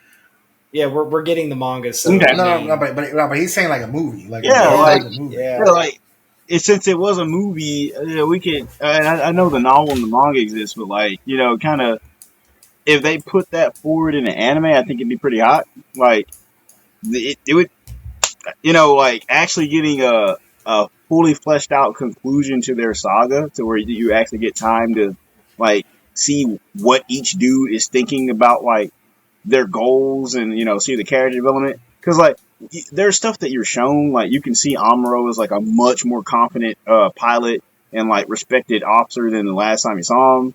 He's got a lot more things going for him. He's trusted on mobile suit development. He's got a like a girlfriend. Um, like he's pretty much like the like big man on campus. And then the breakdown from Char from okay, let's say it like this: from Quattro Vegeta to Supreme Leader of Neo Zeon to Char is wild. There is no context that has been Nope. animated except for like a screenshot at the end of a video game where he learns Camille's fate. And, after barely surviving the fucking tag team beating that Haman and Sirocco gave him in the Yakushiki, and he like looks in the mirror and like stares between his fingers with like this horrible expression. And just like, oh, Quattro Vegeta's dead, bro. But Mm-hmm. I need more of that animated. I would like to see that. So, I mean, the manga is good. I'm gonna keep buying it, of course, because like I want them to know that we still want them to, give us nice manga. But yeah, I think the movie could use a redo because it still has that same Gundam problem of like telling and not showing because they don't have enough time. Yeah, and you're right, because even the manga, it starts out the same way with Char already the supreme commander of what is it, his Neo Zeon. Yeah, And I'd like to know how he got there, because it's really funny. I just recently saw like a meme, and it's like Char holding Camille. And he's like, "This is my son," and Armor is like, "Where's his real dad?" It's like, "It doesn't matter. He's my son now. don't worry about it. Don't worry about it. This is my son now." It's It's crazy like, how I've seen that's a that. better I've seen choice. that meme. It's like that. What's that one meme where it's like it has a woman holding her man, and she's just like putting her hand out, like you stay away, Yep. and that's kind of how that he's like. It's like what was that we used to say? It's like, hey, this is my new friend.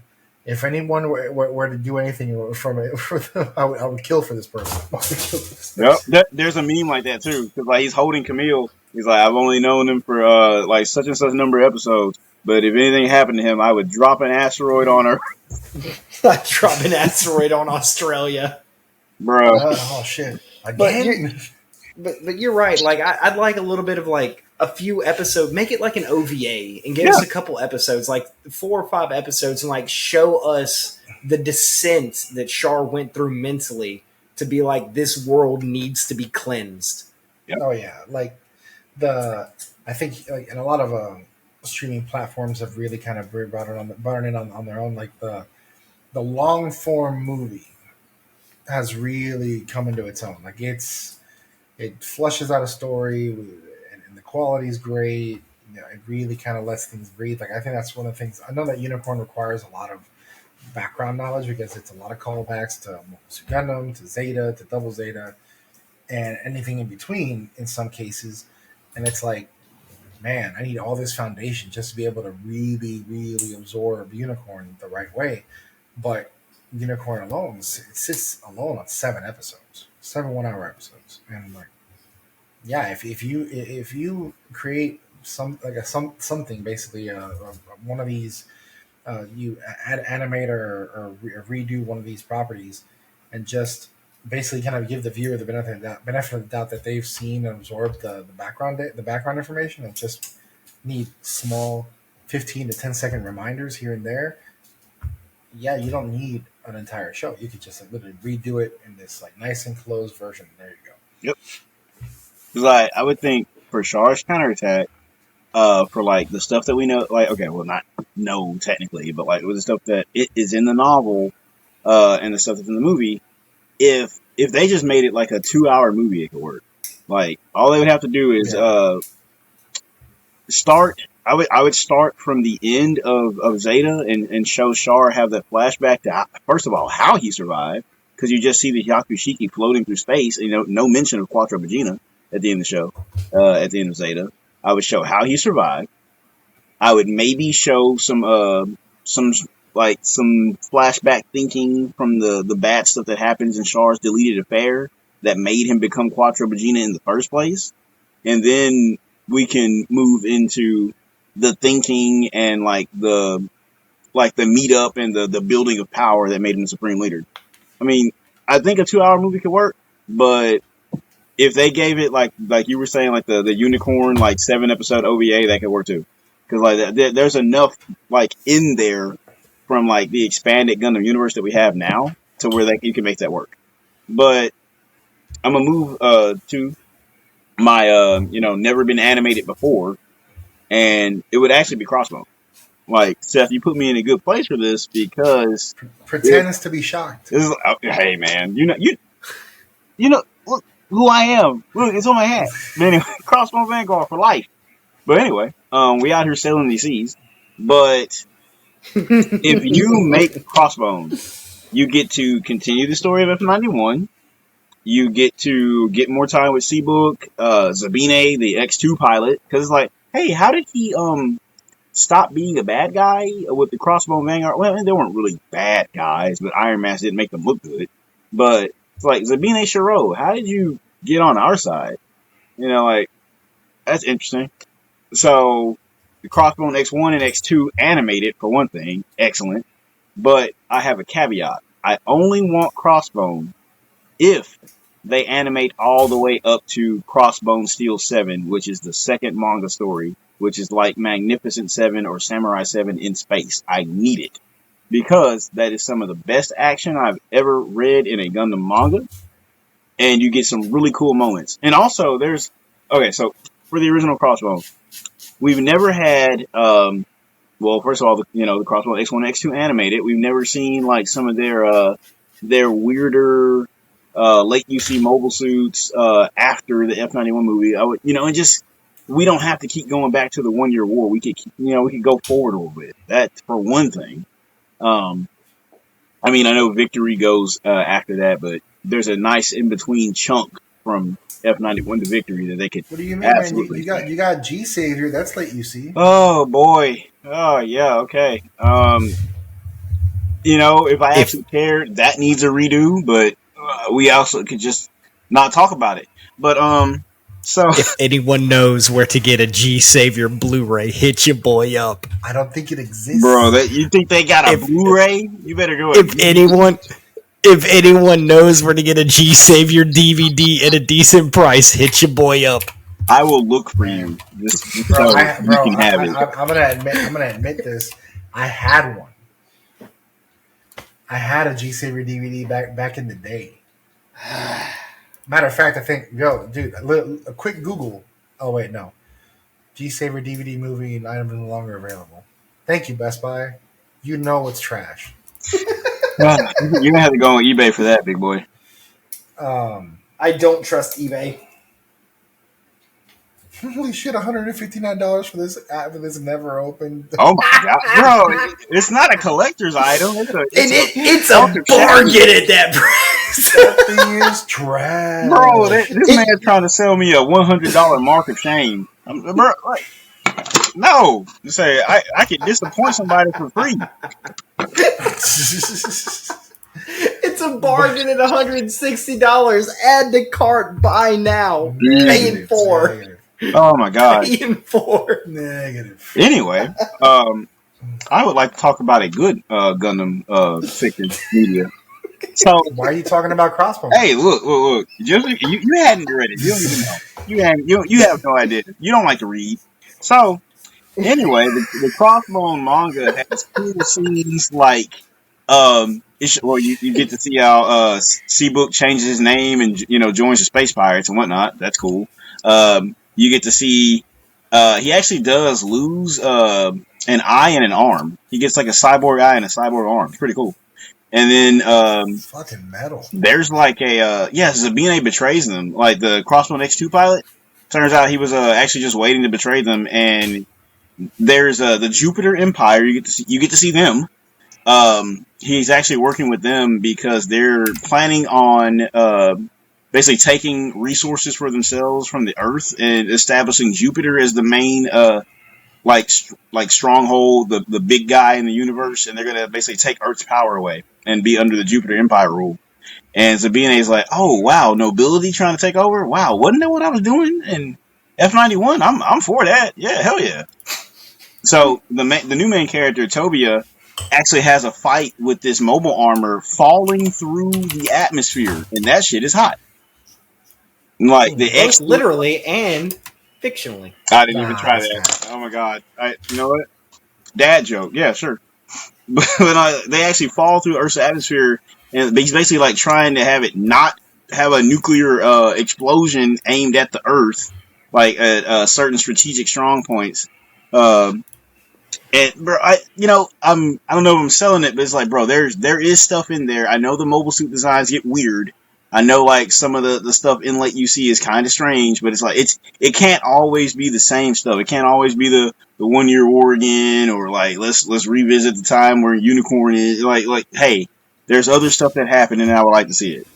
And if that doesn't sell you in Steel 7, which I need it to be the end point if they're gonna do it, because that's the end of Tobia's story as the main character. And Tobia is Seabook's apprentice. He pilots the X3. But there is a scene where Tobia, in the full cloth, he selects 6 other people to come with him on a suicide mission to stop the Jupiter Empire from firing a big space laser to basically burn off part of the Earth's surface so they can cripple Earth's military might and resources. It's crazy. They have like basically Grips 2 on steroids, and they're going to point it directly at the Earth and just take over what's left. So they're like, hey, we need something fast enough to get over there and stop them, but we can't bring an army. We got to bring an elite team, and they bring 7 people. And there's a scene where he's fighting like the Dictus, the one shot like a hand, like 2 brothers in Dictus. So like, they cut off the crossbone arm and one of its legs. It can't use the big sword, so it uses the screw whips on its hips to grab the sword, and basically starts like break dancing and like flip kicking and like roundhouse with to use the sword with the chains, bro. Like fighting in space like that because it doesn't have use of its arms and it doesn't have a good leg. And like, man, it's tough. It's like it's very tense. Not everybody makes it out. The stakes are high. But it's like they end up saving the whole Earth, and then at the cost of Tobia going blind. And then he has to change his name and identity because for what they've done in the Federation tech that they stole, he's a fugitive. So like he ends up having to change his name and face at the end, and you get like this really cool like story of like sacrifice and like how far somebody's willing to go to say what's important to them, and really, really cool action scenes. So I want that shit animated. Crossbone deserves it. It's really good, and it's canon, by the way. It doesn't have to be animated to be canon. Just let you know. I see what you did. It's great. I'm glad you did. Oh. Anyway, that was a deep cut. That was a deep cut. Dude, deep cuts are like only J-Hound will know. The only other time where he'll go, let him cook, is he talks about his favorite pilot with a very unremarkable Jagan looking suit. But anyways, you're lucky I didn't talk about that one today. I got so like it's a surprise to no one. So if I were to redo a series, after reading, I'd say so. I'm two or three manga issues in on. Actually, I'm okay. This is a really hard decision because Sigh. I'm torn. So like I've read several ways into WA3 Rebellion and also Glory of the Losers. Hmm. Glory of the Losers provides a lot of context that the original Gundam Wing series didn't have, and WA3 fixes a lot of the mistakes that the original WA3 anime made. So it's like it's man, it's a toss up really. Like, but I'll say that Endless Waltz kind of like at least helps redirect a few of these things. So if I were to have to give the sign the check, I would say give WA3 a reading and give it a full 2 seasons, like and have it go through that way because like dude, the Rebellion manga is sick. It's amazing. I love a lot of what the story goes through, and then it also retcons a few different things, like the whole thing where we see Nina at the end of WA3. If you read the manga, that ends up being a hallucination. Like Nina isn't there; she's in prison or whatever, like she deserves to be, Oh, or dead. I don't I know, mean, hey, she deserves but it. and then it actually talks about what happens because it goes beyond the ending of WA3, and it also starts well before the beginning of WA3. It expands. Um, you know, you find out what happened to other characters that otherwise would be just like, oh wait, where'd they go? It really does a good job of really kind of like widening that story. Um, if I had to get if it had to be, hey, what anime? I mean, what manga would you like just or what storyline would you want to see made into a full blown series? Or man, I would say do AOZ, do something out of it of AOZ, or oh yeah, do take AOZ and put it and make it into an OVA. Give it like a nice round 10 episodes. Just adapt a singular story and just let it fly. I almost said something like Pixie or something, or Blue Destiny or something like that. But I don't know. I think definitely. I know. I like AOZ. I like the suit designs. I like just kind of how crazy it is. So it's kind of like, hey, that'd be pretty sweet. But but no, yeah, I'm very torn between the whole like redo because a lot of people get all bent out of shape because with the whole wing stuff because they're like, oh, Wu Fei's terrible character, blah blah blah. Bro, if you read episode 0, if you read the manga itself, if you understood like all that background, now granted, I get it. A lot of this stuff is newer than the anime and whatnot. But when I say course correction, it wasn't even a course correction. It's just justifying why he's an asshole. I want to say something Like, okay, real quick. I'm sure we're still on the same lane, we're still on the same track. I got into a dispute because Wu Fei is my boy. Yes, I know he's misogynistic. Yes, I know he's a chauvinist, but that's called character development. You have to let a character have flaws to be like a real person, and then they grow and change. But okay, so I actually was in an argument with somebody, and don't take Facebook arguments seriously. But when I told them, about Wu Fei's backstory and like how he grows and changes, they said, "Well, I don't consider a change made almost 20 years later as a good reason to support that character." I'm like, "Nah, buddy." 1997. Go read episode 0. I didn't bring it up at the time because I didn't care. But episode 0, go read it. It just didn't get the chance to get animated. The backstory has always been there. It wasn't a retcon because they don't care how people think about Wu Fei and the other boys. They just didn't have the time or the budget necessary to get their backstories animated in their 49 episode run. Which is a shame because it adds a lot of character, adds a lot yeah. of context. But go back. Matter of fact, I'd even go as far as to say leave the series as it is and do a prequel movie. Ooh, episode 0 prequel movie. And just toss an episode 0 prequel movie out there, and then the series, and then you have Endless Waltz. And Endless Waltz ties in really well because Endless Waltz has all those flashbacks. I Yeah. mean, So if Seed can get another movie freaking 20 years later, why can't Wing get another like prequel movie thrown in?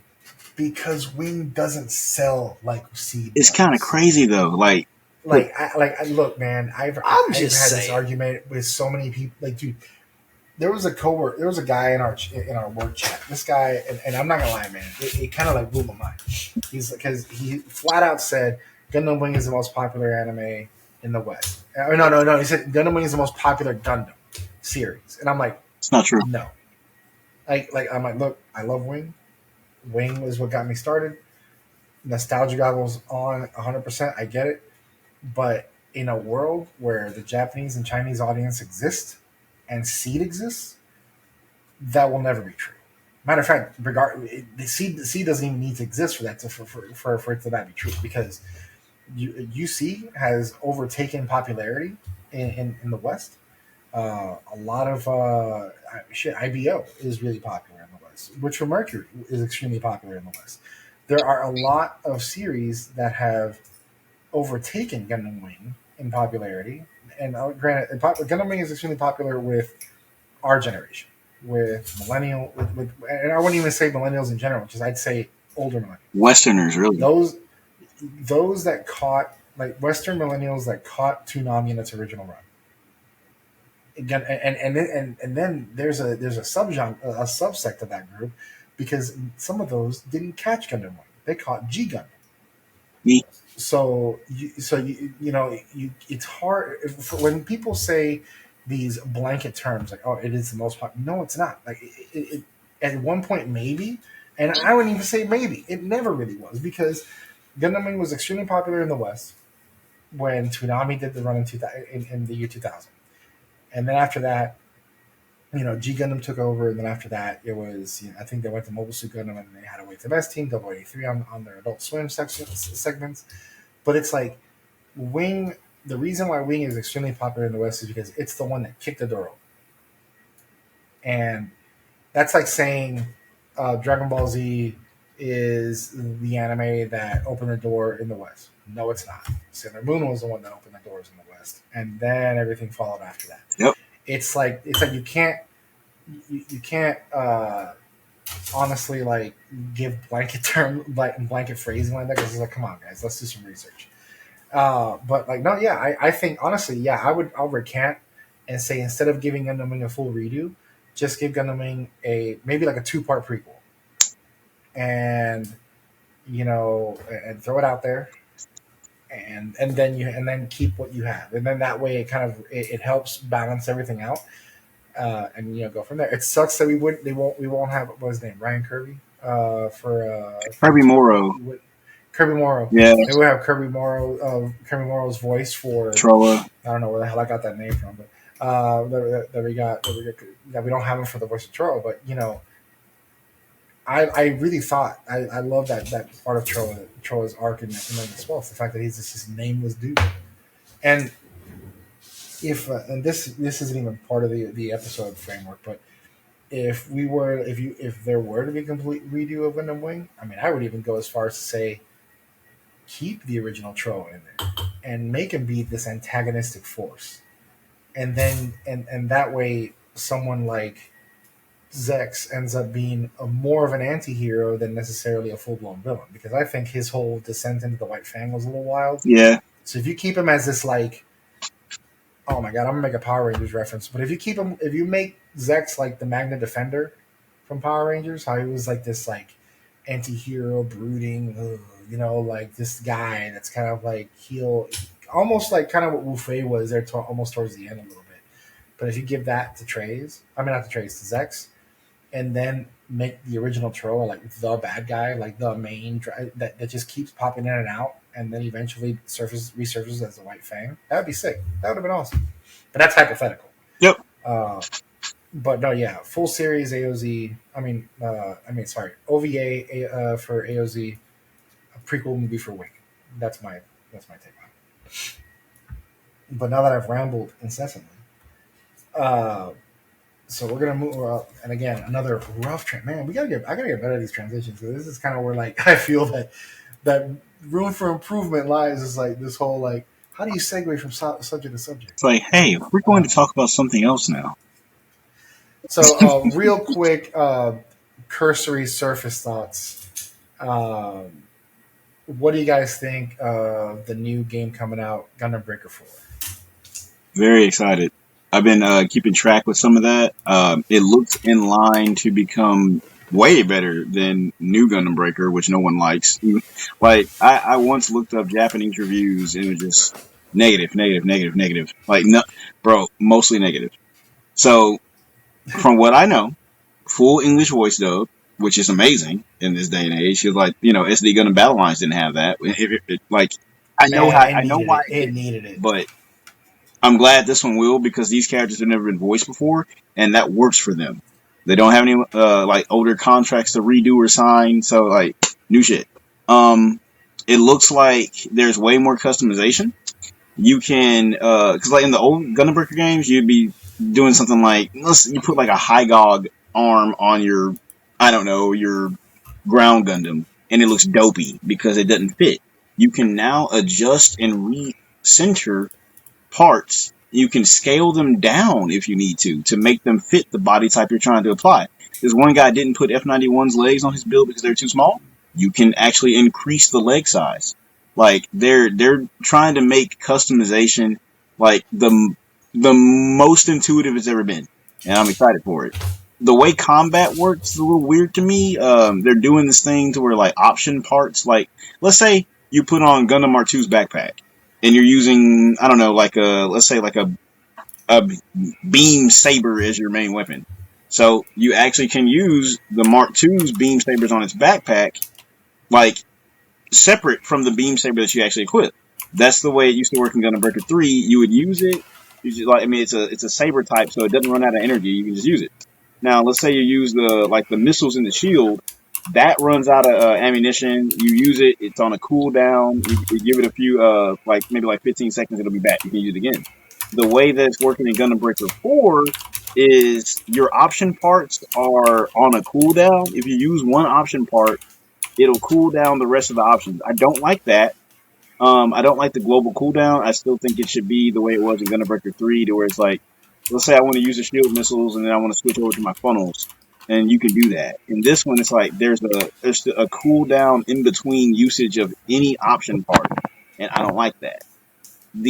Now they have like special skills, like let's say you want to use Burning Feeder, which is a skill. So you build up like kind of a fighting game, like a combo bar, and like you can stack like 1, 2, 3. I think the most I've seen is 5, and you can use that skill for as many times as the bar that you have. And they did this really nice rework for transformations in Gundam Breaker 4 to where, let's say you want to go NTD, because that's the what I saw, and it's like you pop 3 of your I'm doing a Jan. Hold on. So you pop. My bad, man. You use 3 of your special bars, and you go NTD. So the way it used to work is eventually, like maybe 2 minutes, it'll cool down, and you're not in new type destroyer mode anymore. The way it works in this game, you pop NTD, and the more ass you whoop, the longer the combo the combo goes, and the longer the transformation lasts. And I'm like, oh, that's cool, that's better. But all right, so that's just like comparison and stuff, and to get excited about for Gundam Breaker 4. I just want to assure everybody that it looks better than New Gundam Breaker. I only have 2 gripes: the way option parts work and the way the backgrounds look.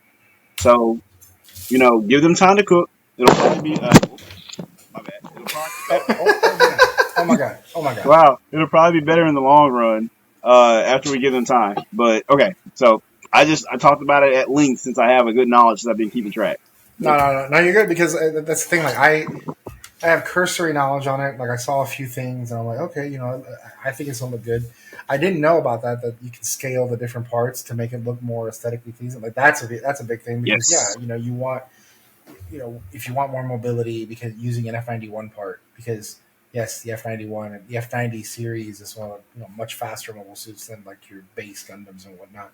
Just stuff like that. Like if you had that kind of cursory knowledge of at least the working knowledge of the different capabilities. But But no, man, I'm excited for it. I love the fact that they're bringing English actors to give it a dub because that is the biggest thing that I thought was missing from SD Battle Lines because Yeah. I really like SD Battle Lines, but it was like, damn, man, I really wish they could have done that. But Seth, you got anything on this? So I'm not a really big gamer myself, but I played a couple Gundam games in the past. Obviously, what is it? Gundam Battle Alliance 2. That was great back in the day. I love that a lot. Oh yeah, yeah. On PS1. Yeah. Yeah, on the Battle PS1, I Assault. Battle played Assault 2. Battle Assault, Gundam Battle Assault 2. Yeah. I played the crap out of that. Dynasty Warriors Gundam 3 is one of my favorite games. I love it so much. As far as like the Breaker series, I tried Breaker Mobile, and it left a lot to be desired. It felt very much like a pay to win type of game. I don't vibe with those, but from what I've been seeing out of Breaker 4, it's looking really, really good. I'm optimistically hesitant about it. And it's only because part of me really wants to do the pre-order and spend the $90 because I love the entry grade lines so much and I want that entry grade barrel strike, but if I get it just for that kit and then the game ends up absolutely sucking, I'm gonna feel like I wasted $90 on an entry grade strike Gundam and a steelbook. But I mean, steelbooks are cool. Totally get that. Yeah. From what I'm seeing, it looks promising. It looks way better than New Gundam Breaker. People did not like the basically like, oh gosh, like there's so much stuff they didn't like. Because your parts can come off in mid combat, like because it's Gundam Breaker. Like you do the same thing to the enemy, that's how you get new shit. Yeah. In New Gundam Breaker, you had to like build up a gauge to like and collect experience points mid battle to use the like some of the options and skills you came equipped with, which is stupid. In mid battle, if your part breaks, so in Gundam Breaker 3, you're on a time limit. Like let's say your arm pops off, like you can't use your gun because it was in that hand, and give it like 10 seconds, and your arm will start to like you'll see the Plavsky particles like reattach, and it'll fly back to you. And depending on like what your resistance without part skill is, like depending on how high that is how long you're at that disadvantage. So like eventually you'll hear this like beep beep beep noise and it'll start coming back and you're reassembled, you're good. In New Gundam Breaker, your part comes off and you could accidentally take an enemy's part and now you have a Zaku arm. And that's not what you started with. Or now you have like a Byrelont claw. And I'm like, why would I do that? That's not I don't want to finish or fight the match in a gunpla that I didn't assemble. That's really stupid.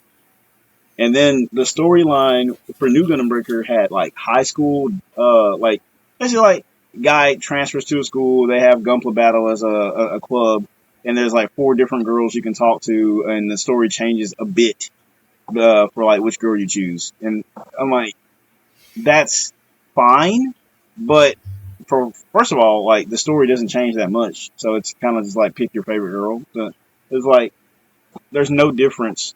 There's no reason to do multiple playthroughs unless you just like different girls, because the story stays the same. There was really a lot to be desired. People did not like the way combat was. It was stiff. They had a different team than Gundam Breaker 3. They couldn't just copy and paste it because it was made in the Unreal Engine. It was like a completely new different thing.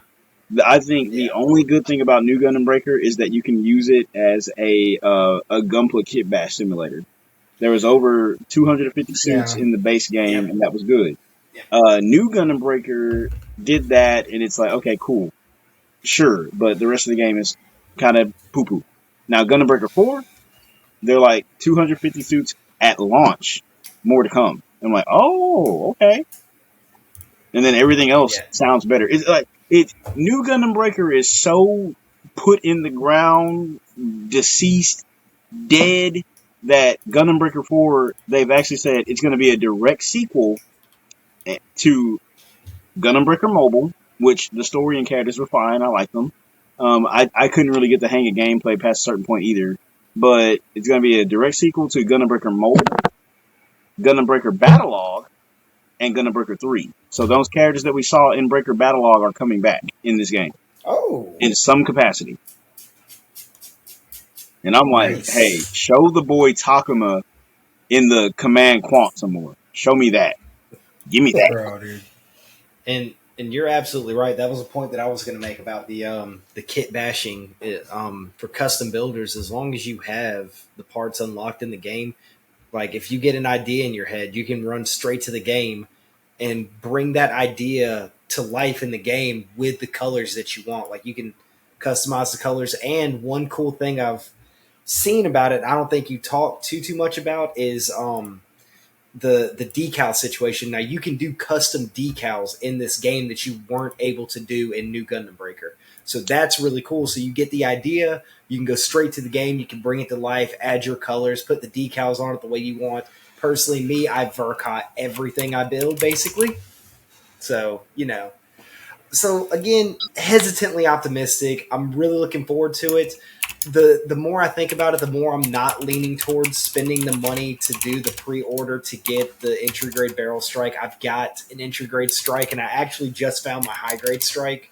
So honestly, I can get a Mobius Zero because, well, seed kits are easy to get right now because the seed movie's out.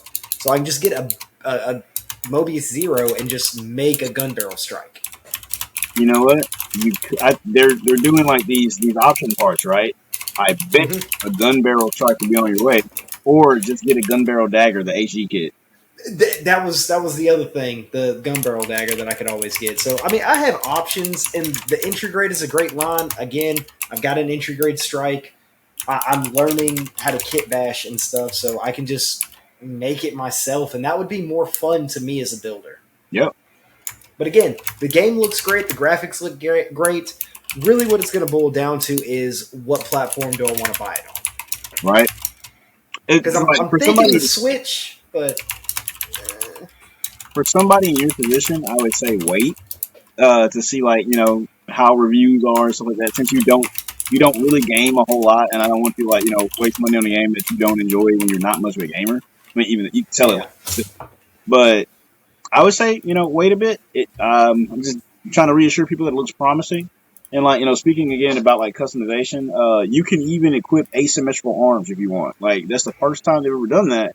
Like let's say I have like a goof arm over here, and then like a Gelgu Jaeger arm over there. You can do that, and so you can use the built-in heat rod as an option part for the goof, or the beam spot guns for the Gelgu Jaeger on the other arm. So it's like they're letting you do. Yeah, that's gonna be sick. Like to really like let the creativity fly and whatnot. You may not necessarily need to buy kits to see like, oh, is this gonna work? Oh, Or like how's it gonna look? one more thing about that too is like so goof heat sword, right? One hand, all right, so goof heat sword. And then like in the other hand you could use the Gelgu Jaeger's beam saber. So you can dual wield completely different weapons. In the last game, I did read that. yes. In the last game it let you use like one weapon or like dual swords, because that was like the between that and the dual pistols. Those are the only two dual weapons. But now you can do stuff like Gundam hammer in one hand and a beam saber in the other, like crazy stuff. That'd be sick, dude. That'd be awesome. So, any closing thoughts before we wrap it up for today? It's been a long one. I'm not gonna lie. Yeah, you're right. We had a lot to talk about today. We had to get caught up. I would just want to add to the ODO guys again.